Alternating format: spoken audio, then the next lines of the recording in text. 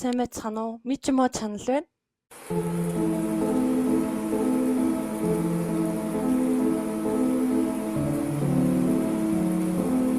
Sausage Party.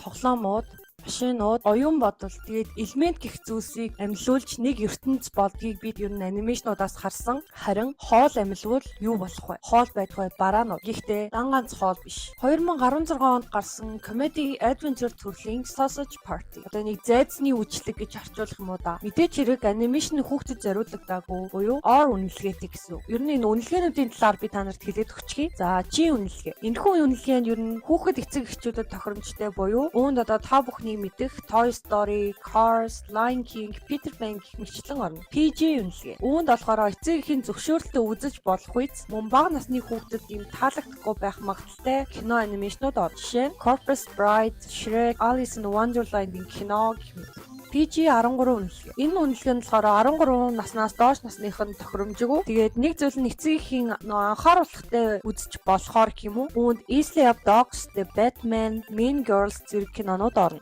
R үнэлгээ. Энэхүү үнэлгээ нь өсвөр насныхан тохиромжгүй буюу насанд хүрэгчтэй агуулгатай байж болзошгүй контент кинонууд орно. Үүнд Conjuring, It, тэгээд The Hangover, Joker, тэгээд өнөөдрийн ярих Sausage Party зэрэг орно. NC үнэлгээ. За энэ үнэлгээ зөвхөн насанд хүрсэн хүнд зориулагдсан гэсэн үг. Үүнд болохоор нэлийн амар кинонууд байгаа.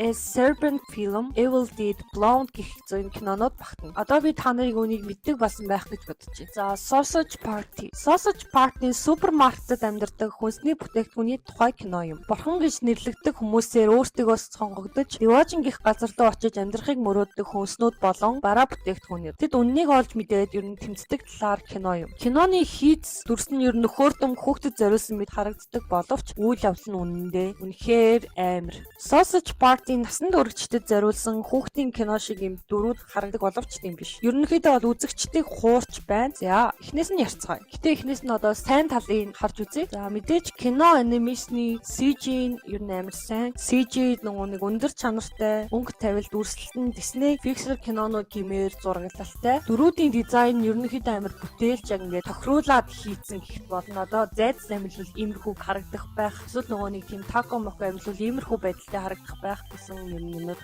харуулдаг да. Одоо чинь арх амьлсан байх. Яг нэг иймэрхүү арх өнгөр амь орсон бол ийм байх хасан да. Хөртөм харагдах дөрүүд нь аимшигт нөхцөл байдалд орж тэд хагарч хэрцгийгээр арилгаж амьдараа идүүлж шаргадж байгаа. Одоо энэнийг харахаар нэг аим шин кино шиг харагдаж байна. Киноны одоо plot twist буюу гэдгийн эргэлт гэх юм уу да. За үүнээс гадна ер нь ихэвчлэн гол дүрүүд нь дандаа хоолнууд гардаг да. Гэтэ энэ хоолнуудаас гадна өөр нэг юм амьд дүрсүүд байдаг байхгүй юу? Үүнд нь болохоор одоо кинон дээр юм санамсаргүй байдлаар ч юм уу тийм хэсгүүд ордог. Мэдээж киноны эсрэг талын баатар буюу шүршигч тэгээд хэрэгэлсэн кондом, нойлын цаас зэрэг гардаг. Тэгэхээр эдгээр ерөнхийдөө нөгөө нэг тийм мемнүүд байдаг да. Нөгөө сойц нойлын цаас дээр дэлхий дээр хамгийн азгүй ажил хийдэг яг амилчаад тэгээд идэг. Яг тиймэрхүү юм шиг санагдчих. Амжигтай амьдрал. Мөн хамгийн хачирхалтай нь хоолны тасаг бүр өөр юм ноцлогтой байдаг. Яг л нөгөө арьс дарсны лангуун одоо шоу цэнгийн Лас Вегасны амир адилхан нэг төрлийн хот шиг л гэсэн үг дээ.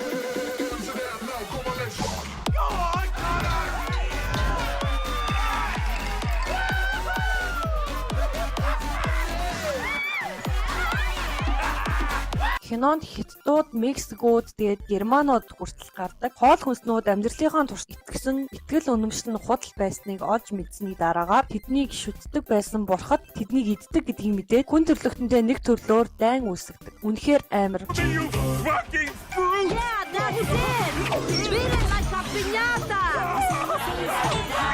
Одоо нэг юм тэрэн дээр хоол хүнстэй ярьсан цорын ганц залуу байдаг да. Энэ залуу Ацтек чашин, Азгүй гэх чашин ерөнхийдөө амир тийм масуурлах бодис хэрглэж байгаа хоол хүнсцүүдээр амьд байдлаар харьцдаг. Гэтэ азгүй байдлаар сүүлд нь үхчихдэг л дээ. Амир санаандгүй байдлаар. Үүнээс одоо нөгөө хоол хүнс зайцнууд нь за ер нь бурхтыг алж болдгийм байх гэсэн атга санаа өртлөө тэгэл аллахын ажиллагаанд ордог. Энэ кинон шашны үзэл шиг санагддаг. Энэхүү кинон инээдэм насанд хүрэгчний хошигналаас гадна шишин шүтлэг, өрмөц байдал болон экзистенциализмын талаар өгүүлдэг. Жишээ нь супермаркетад амьдрах хүнснүүд Иважин бурхан гих одоо агуу ертөнцид итгэн шашны итгэл үнэмшлэр хүмүүсийг удирдах тэднэр ер нь удирдуулж авахыг харуулсан. Экзистенциализм гэдэг нь ер нь оршихуун философи бөгөөд уг онол хүний амьдрал одоо үргэлжлэх явцад одоо хүн өөрийгөө олж бүтээдэг гэсэн ер нь онол юм. Тэгээд энэхүү кино болохоор амьдралын утга учирыг хайх, киноны дөрүүд нь өөрсдийн зорилго, оршин тогтнох мөн чанарын тухай асуудалтай тулгарч эцэст нь өөрсдийгөө ухамсарлан шүүмжлэх зэрэг сэтгэлгээний ач холбогдыг ойлгодог.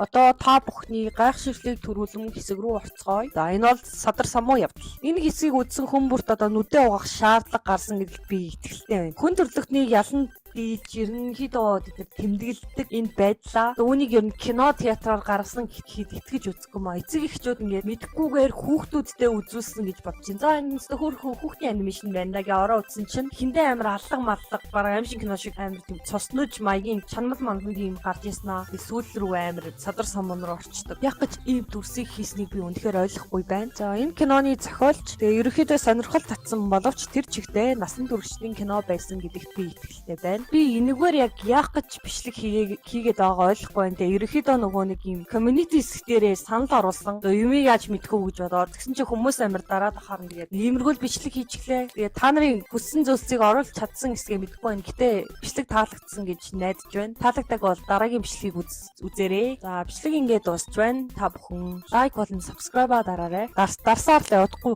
та нар дараад 30k хүргэх хэрэгтэй. Тийм ээ намайг дэмжиж. Тэгээд би улам их бичлэг оруулсан угаасаа бэлдсэн зөндөө байгаа. Намайг үздэг хүүхдүүд болон тийм өсвөр насныхан тийм насан туршсан хүмүүсээ байвал би бүгдээрэнд нь үнэхээр баярлж байна. Тэгээд бүгдээрэнд нь хайр зарлая. Ингээд баяртай.